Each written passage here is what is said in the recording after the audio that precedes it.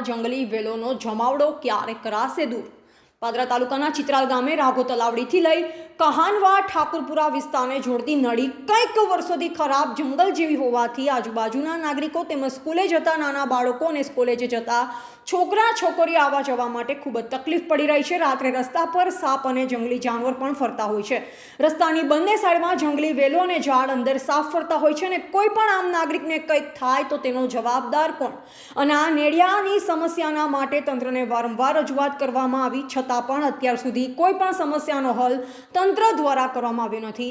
માટે મુખ્યમંત્રી સાહેબને મીડિયાના માધ્યમથી જાણ કરવામાં આવે છે કે સાંકડી ગલી જેવો રસ્તો જે નાના બાળકો સ્કૂલ જવા આવવા માટે આ જ રસ્તા પરથી આવવાના જવાનું થતું હોય તો આ રસ્તામાં સાફ સફાઈ કરાવી આપે તેવું ગ્રામ લોકોનું કહેવું છે। જો કાલ ઉઠી જંગલી જાનવરથી સ્કૂલ જતા આવતા બાળકોને કંઈક અજુગતો બનાવ બને અને પછી કામગીરી થાય તેની રાહતો તંત્ર દ્વારા નથી જોવાઈ રહી તેવું તમામ ગ્રામ લોકોનું કહેવું છે। આવો સાંભળીએ સ્કૂલમાં જતી વિદ્યાર્થીની અને ગ્રામના આગેવાન શું કહી રહ્યા છે।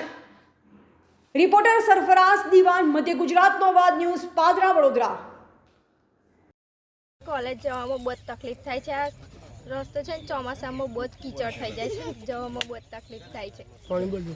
પાદરા તાલુકા ચિત્રાલ રાઘો તલાવડીથી ઠાકોરપુરા જોડતો રહેતો 1000 મીટર છે, પણ વારંવાર અમે રજૂઆત કરી પણ કોઈ પણ અમારું સાંભળતા નથી। અને અમે હવે કંઈ થાય કે અમારા નાના બાળકો છે કે ચોમાસામાં કેવી રીતે શાળાએ જવું? ચિત્રાલ ગામથી રાઘો તલાવડીથી બાપા સીતારામ કોનવાને જોડતો રસ્તો આજે કંઈક વર્ષોથી પડી રહેલો છે અને છોકરોને ચોમાસામાં આવવા જવાની તકલીફ પડે છે, પબ્લિકને દરેક લોકોને આ રીતની બહુ તકલીફ આવે છે। તો અને આવી મુખ્યમંત્રીને અમે અર્ચના કરીએ છીએ કે આ રસ્તો અમારે વહેલી તકે થાય તો સારું।